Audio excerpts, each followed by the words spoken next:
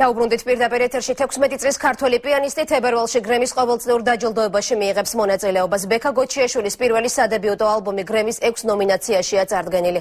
ალბომში სტენლი კლარკის, ლენი უაითისა და გია ყანჩელის კომპოზიციებია შესული. თებერვლის ბოლოს კი ჯაზ შემსრულებელი სადებიუტო ალბომის ჩაწერას ცნობილ ამერიკელ ჯაზმენთან ერთად აპირებს. ახალგაზრდა ქართველი პიანისტი ბექა გოჩიაშვილი ნიუ-იორკში ჯულიარდის სკოლაში უკვე მეოთხე წელია სწავლობს. ის ერთადერთი ქართველი პიანისტია, რომელმაც ჯულიარდისა და მანჰეტენის მუსიკის სკოლების კონკურსებში მიიღო მონაწილეობა და ორივეგან წარმატება მოიპოვა. 16 წლის პიანისტი 12 თებერვალს ლოს-ანჯელესში ყოველწლიური მუსიკალური დაჯილდოების გრემის გადაცემის ცერემონიაში მიიღებს მონაწილეობას.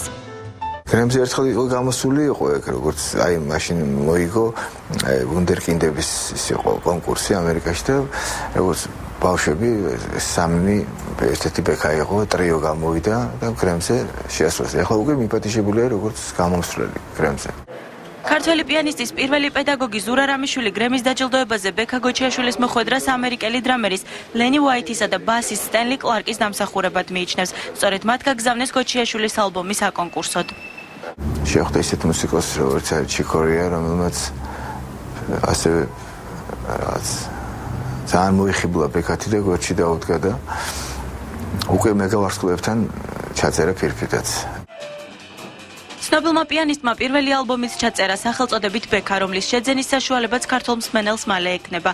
ალბომში შესული 12 კომპოზიციიდან 5-ის ავტორი თავად ბექა გოჩიაშვილია. თებერვლის ბოლოს ქართველი პიანისტი ერთობლივ ალბომს ამერიკული ჯაზის ლეგენდად ქცეულ ჩიკ კორეასთან ჩაწერს.